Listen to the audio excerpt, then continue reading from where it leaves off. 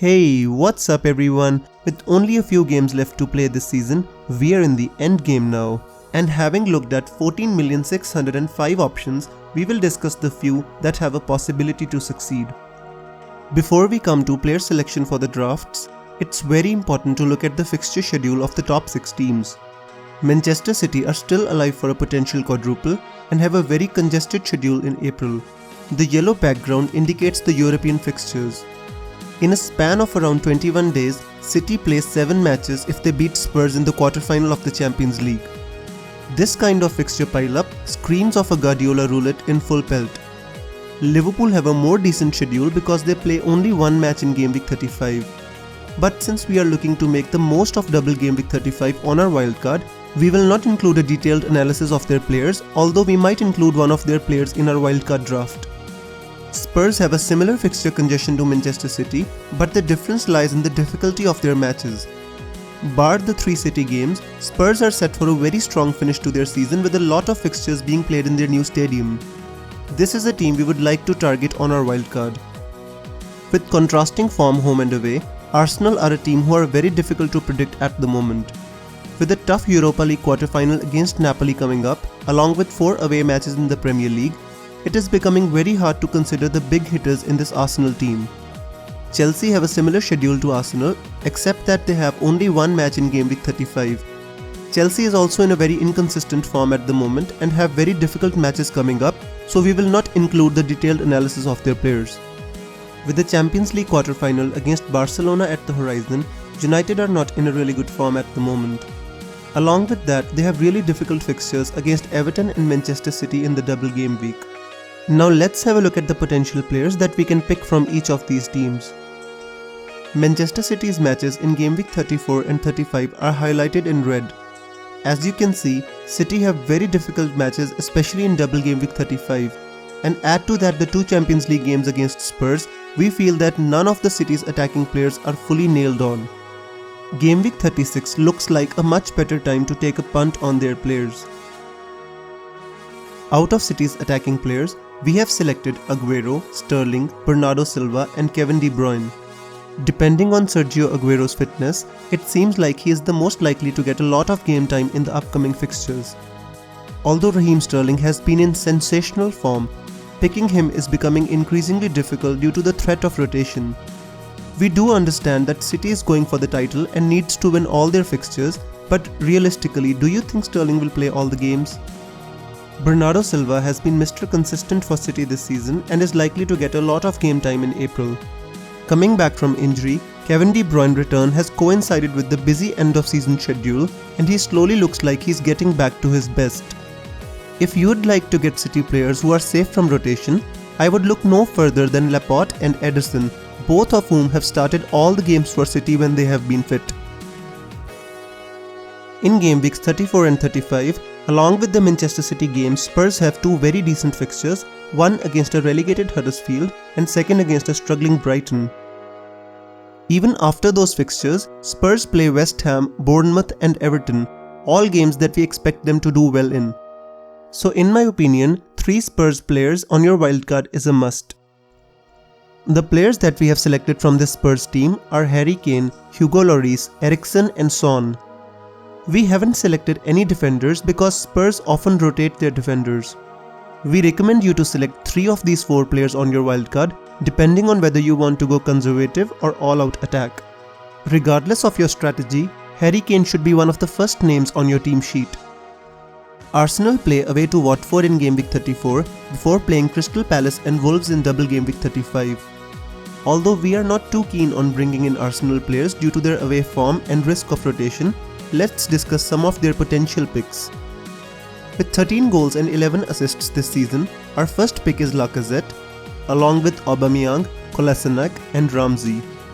Even though Arsenal are not playing any of the top 6 sides, they are still playing away to 3 teams who are fighting for the 7th place, so regardless of how their fixtures look on paper, in reality they will be very difficult games. If you are still keen to go for an Arsenal player, I'd recommend Lacazette.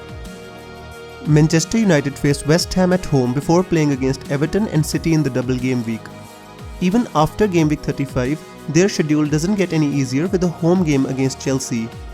So similar to Arsenal, we would not include many United players in our drafts, but here are some of the potential picks. We have selected Pogba, Lukaku, Rashford and Martial.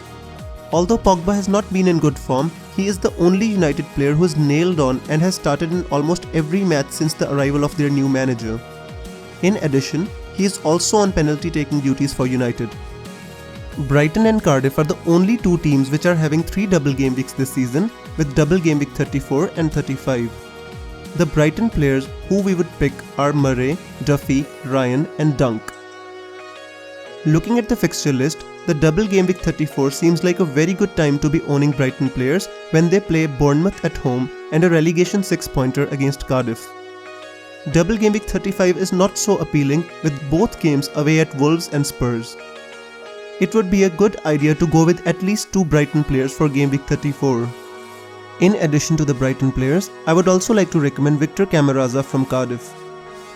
Southampton has been in good form, and with double game week 35 coming up, the players that we would like to consider are James Ward-Prowse, Højbjerg, Jan Valery and Bednarek. Out of these, Jan Valery, valued at just 4.1 million, is a very good bench boost option for double game week 35. The team at which many FPL managers are looking at for game week 35 is Watford. They have been in sensational form and are coming into the double game week with a FA Cup final at the horizon.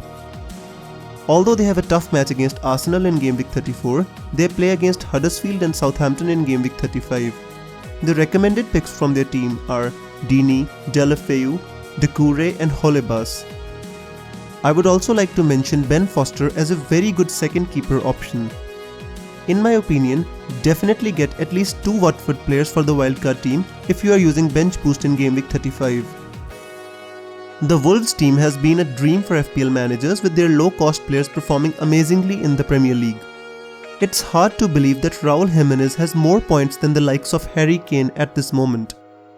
Along with that, Diogo Jota, Doherty and Boli are good options. In case you are worried about the rotation of Doherty, you can go with Boli. The last team I would like to mention before moving on to our initial drafts is Everton.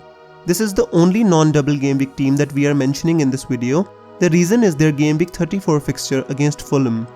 Since we will have a free transfer after game week 34, you can take a 1-week punt on an Everton player before moving him on for game week 35. The picks are Sigurdsson, Richarlison, Dean and Pickford. Based on our discussion, we will now present some initial drafts for the Wildcard team. Please remember that these drafts are in the initial stage and subject to change.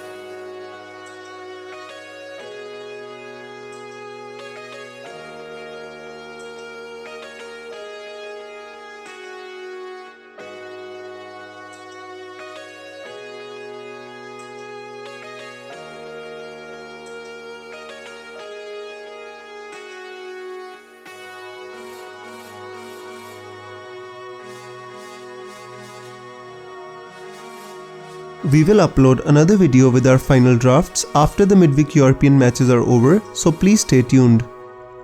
Hey friends, please don't forget to hit the like and subscribe button before you leave, and I'll see you very soon in the next video. Bye bye.